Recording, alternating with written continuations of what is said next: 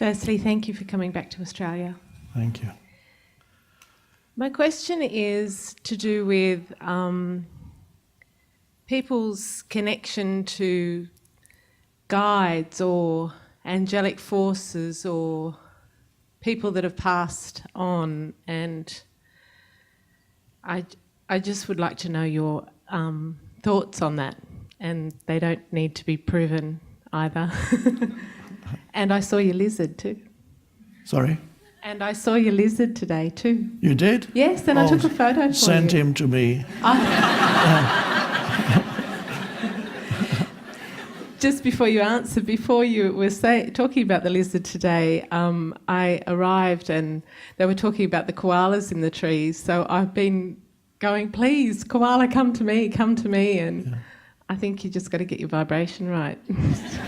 So I got the lizard and a small snake. Well, the koalas apparently are asleep most of the time, and occasionally they wake up and munch something. And then they go back to sleep. Also, they are not terribly interested in procreation, apparently. I only want to see it. I'm not interested in their private life. Do you have any experience with guides, spirit guides? Or no, it's in relation to my own business actually, and I have a lot of people that come in and question that, and so yeah. It's just bringing the best possible truth. Yes. Well, some people seem to have contact with different entities that are not physically embodied, and there's no doubt that there are entities that are not physically embodied. There are lots of guides, those entities who are also pretending to be somebody else, and the main criterion is what is the quality of the information that you are getting,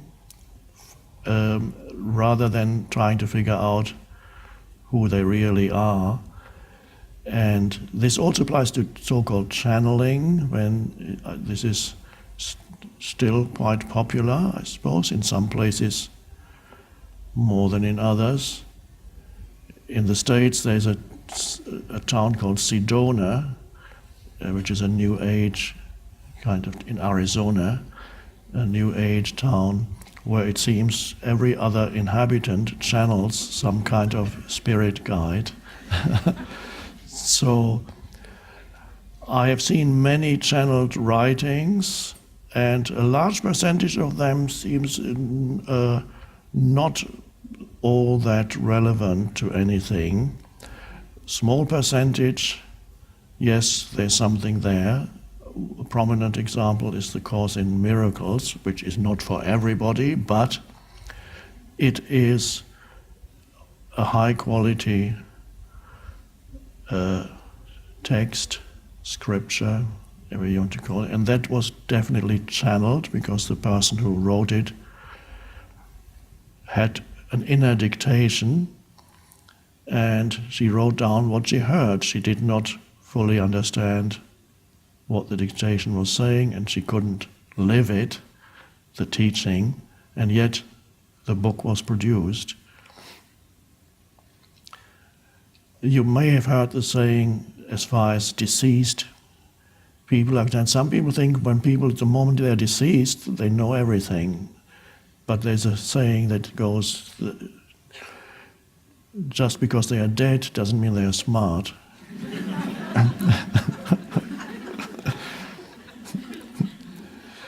So whether you do channeling or you go to somebody who does channeling, who goes,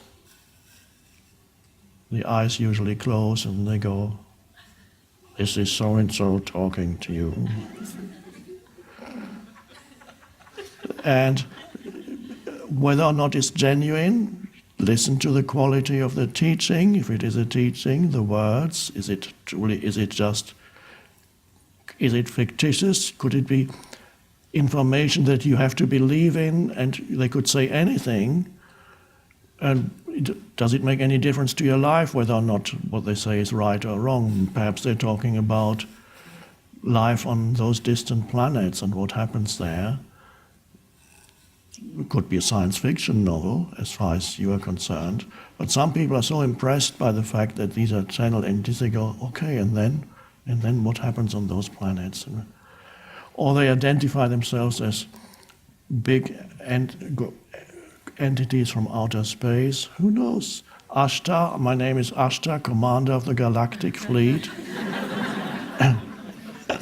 And I have come here to guide you. Okay, so what do you have to say? And ultimately, if there is a true message, that includes angels or angelic presences, it always boils down to find out who you truly are. Find your connectedness with the source of all life. All true answers will come from within you, and whatever I say, verify it in your own experience. Don't believe me. If you cannot verify it in your own experience, then it's not relevant. This is what the true guide would say. So the great scriptures of the world they're not the authors, some are anonymous. There's a difference between spirit guide and teaching that comes from a deep connectedness of the teacher with the source. In that case, the teacher does not feel that it comes from an entity, but it comes from the source. And if an entity gives you information, where do they get that from? From the one consciousness. So it may well be that this entity is more closer, more deeply connected to that one consciousness, but they are not separate consciousnesses. There's only one consciousness. And every guide, the one consciousness can only speak through any guide, no matter who it is, whether it's an angel or a deceased person or Ashtar, commander of the Galactic Fleet. There's only one consciousness that can speak through them. And the essence of their message needs to be, if it is to be true, find out who you are in your essence and then begin to live from the essence of who you are. So use your own insight, and I believe you will be able to tell whether what they say is helpful or not. At the moment, I can only think of Course in Miracles, that's of a high quality. There was a time when there was Seth, the writings of Seth, the woman channeled an entity called Seth. Some of that is interesting and there are some helpful things there. It doesn't necessarily go to the deepest level. Nevertheless, there's some useful information there, but not at the deepest level.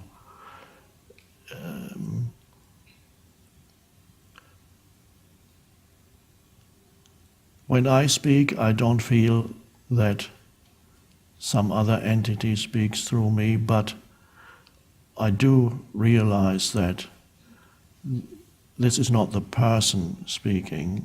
This is consciousness using the mind, this person's mind, as a vehicle, and consciousness speaks through me. In that sense, what I say is also channeled. Also, I don't know what I'm going to say next, and most of the time I don't know, even before a talk, what words are going to come out of my mouth. And that connectedness is important. That is the connectedness with the source, with being, with stillness, with presence, whatever you want to call it. And that you have that available to you also. You might not give public talks, or you might at some point, and some of you already do. But in whatever area you are active in, to be connected to the source will empower you in whatever area you are active in, and will make your work much more helpful to others and more empowered. You become more inspired, and you become an inspiration for others, even if you're sell tickets at cinema tickets or whatever. It doesn't matter. Everything becomes transformed through your connectedness with Source. So, but to have that, the vital thing is to be able to access the space of no thought. In another way of calling that space of no thought, which I sometimes express because it's an inner space, thinking, you remember? And then you go, shh, present. That's the space of no thought. So, in order to have the connectedness with Source, you need to open up that space of no thought. Alertness, relaxed alertness. It seems almost paradoxical, but they go together. Relaxed alertness. And you could also call that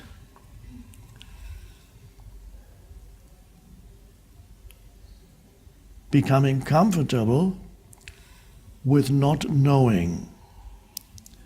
Because otherwise your mind always thinks it knows already. So when you're trying to help somebody has a problem, people will immediately try to say something helpful. They think hard, okay, what can I say to this person who is so suffering so much? I need to say something helpful. And then you search in your mind.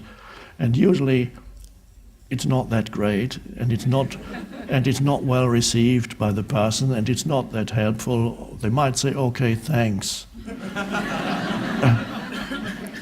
But they feel it doesn't come from any deep place within yourself. Although your intentions are good, you're trying hard to say something helpful. But to be really helpful, you need to become comfortable with not knowing anything. And because the space of no thought is, you don't know anything in the space of no thought, at least not conceptually.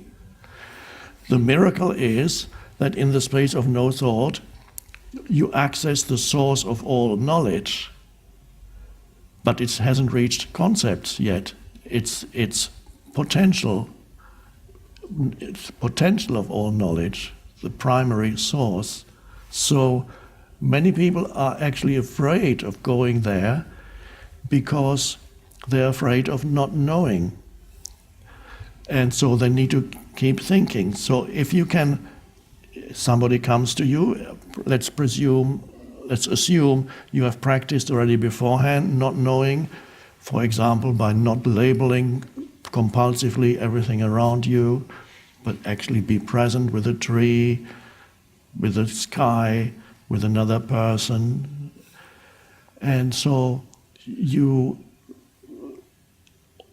almost, another way of putting it, you almost disappear as a person in that state of no thought. Because in no thought, who are you? You're simply a presence. You're not a particular person anymore. So it's a voluntary kind of disappearing act where you, as the personal entity, disappear, and there's just a space of consciousness where you were before. This sometimes happens to people who suffer greatly. They suffer so much that their ego gets destroyed and eroded, and what's left is just a presence. And this could happen to you, but probably won't need to happen because you're already voluntarily going there, so life doesn't need to push you into it. So to become comfortable with not knowing, let's say a person comes to you is in suffering again, or is close to death, or somebody has just died, or they have just lost everything, or whatever it may be. Or of course it could be pseudo-suffering too. It could just be a suffering totally created by their mind. No actual situation, just totally mind-created. In which case I naturally always have a little smile on my face. I'm not laughing at them, I'm just smiling because I realize it's a delusion. But let's assume it's real suffering. Somebody has just died or is approaching death or has an illness. And then instead of figuring out what can I say, you just go still and you just listen. And it may be that no words come, but an energy, you contributed an energy to that situation that is helpful, that is healing. Some healing comes in healing, the deepest healing really comes in that way too. When you access that, it's not always words that come out of that space. Sometimes a wordless emanation comes out of that space, which some people might call healing, and healing is not necessarily healing of a physical symptom.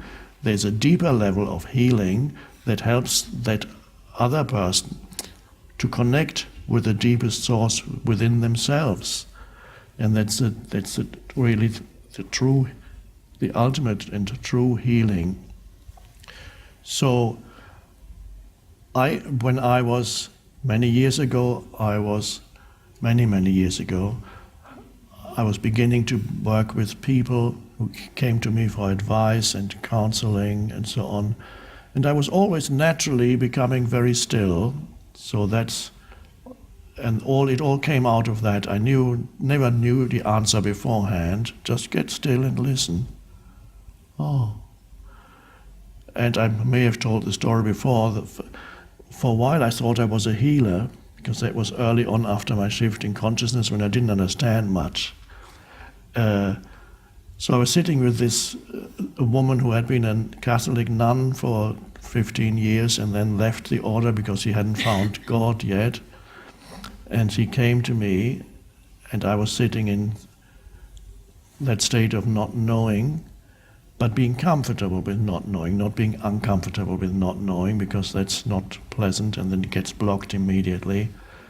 And she said she could feel the energy suddenly that was flowing.